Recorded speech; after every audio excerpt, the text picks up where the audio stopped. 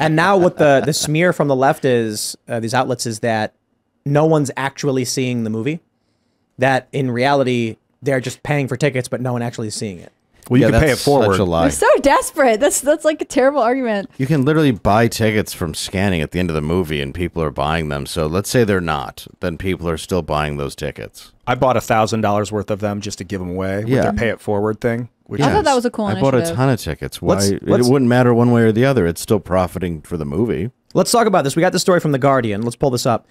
Sound of Freedom passed the $100 million mark. Who's really watching the movie? They say the QAnon-adjacent film, co-opted by the right wing, has a pay-it-forward scheme resulting in sold-out shows but empty theaters. That is a lie. It's a flat-out lie. Their evidence is that they went to a local theater. Check out the weasel language they use here. According to Fandango, all but 28 seats had been sold for the 3 p.m. screening of Sound of Freedom. As the lights dimmed, however, The Guardian counted 45 vacant seats dotted around the half-empty theater. Full stop. The lights dimmed twice. When a movie ends, the lights go full brightness.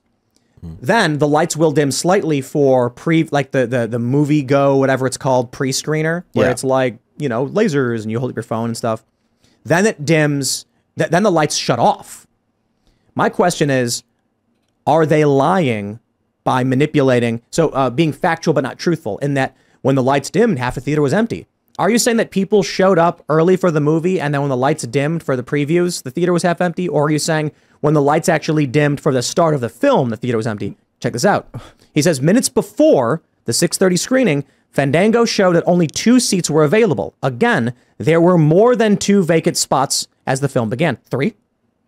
Wow. What does more than 2 mean? Well, that's empty. More than 2 definitely means it's not a sellout. No one is there. It sounds like what actually happened was the theater was half full before the previews even started. Right. The lights dim, and they're like, theater's half empty. Yeah. Then before the movie actually starts, there's like 6 seats that are available, and they're like, more than 2? Some people didn't show up. Yeah, some people missed their movie. Well, take a look at this. Currently, Sound of Freedom's at 124 million. One was Obama's chef. That's right. And number 3, only behind Barbie and Oppenheimer. Of course, those are the big movies that just came out. Sound of Freedom is beating Mission Impossible. Yeah. Sorry, Tom Cruise. Take that. Beating Mission Impossible. You know, The Flash is considered the biggest, it may be the biggest box office bomb in history. Wow. Did it just come out? It's odd when you take somebody who kidnaps women and tortures them, and then you're like, you can still be the Flash. Oh, yeah. What's that guy's? Ezra Miller. Look, yeah. They made back like 260 of their 400 million.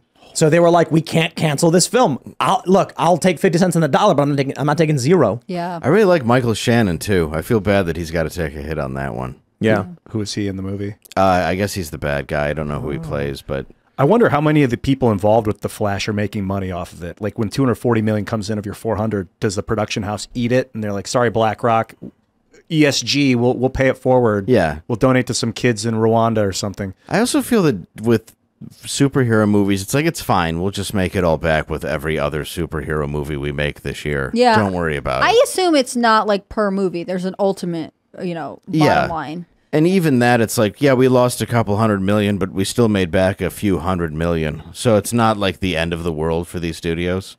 Okay. No, I mean, I think it's about Netflix right now. Netflix had a bunch of like house-related flipping shows that are all Netflix originals. Like that, they're like you're looking at these things, and you're like, how much is the budget per episode here? But it's because ultimately Netflix is trying to decide which style of show people are going to watch, which they'll renew. They're able to throw up a ton of losses if they can ultimately decide it's worth it as a business investment because they are making money off of other things. Yeah. Did you know there was a movie called Ruby Gillman Teenage Kraken that came out? No. I'm just like looking at the box office. Oh, like, I Oh wait, did. this is the one where there's like Yes, a I mermaid did. who's Yeah. mean. It was like a month and a did. half ago, I guess. That one must be doing very badly. at the box Terrifier, office. The Blackening, The Boogeyman. The Blackening I wanted to see. What is it? It's like a horror movie, but it's by the people that did Get Out. Oh, no, not Get Out, but yeah, I see what you did. I don't know. I don't know what anything you about did. movies. No, they did a parody too of another it is like parodies of black movies. But this one is they all go to a camp or go to a house in the woods So it is like all black people in a house in the woods horror movie. The tagline is, "We can't all die first." Exactly. Yeah, That's awesome. Yeah. So I do want to see that one actually. The big news is Meet the Blacks. Is the people. It's we're nearly related. 20 days on, nearly about 3 weeks on. Sound of Freedom on Saturday hit $7.5 million. Beating, on Friday, they beat Mission Impossible by 200K, about 140K. They lost Sunday by about 400K, but then almost $700,000 Sound of Freedom beats Mission Impossible on Sunday. The crazy thing is, Sound of Freedom has consistently been hitting millions every day. Saturday, July 15th, $10 million. Friday, $7 million. This is amazing. So here's what I want to say about The Guardian. They're trying to make it seem like suspicious sales. The theaters are empty, but they're claiming they saw it. And I'm like, there were 2 seats with people that weren't even in them. If you think you're going to go to Hollywood studios and say, don't support these movies, people are willing to pay to see it and not actually even go to the theater.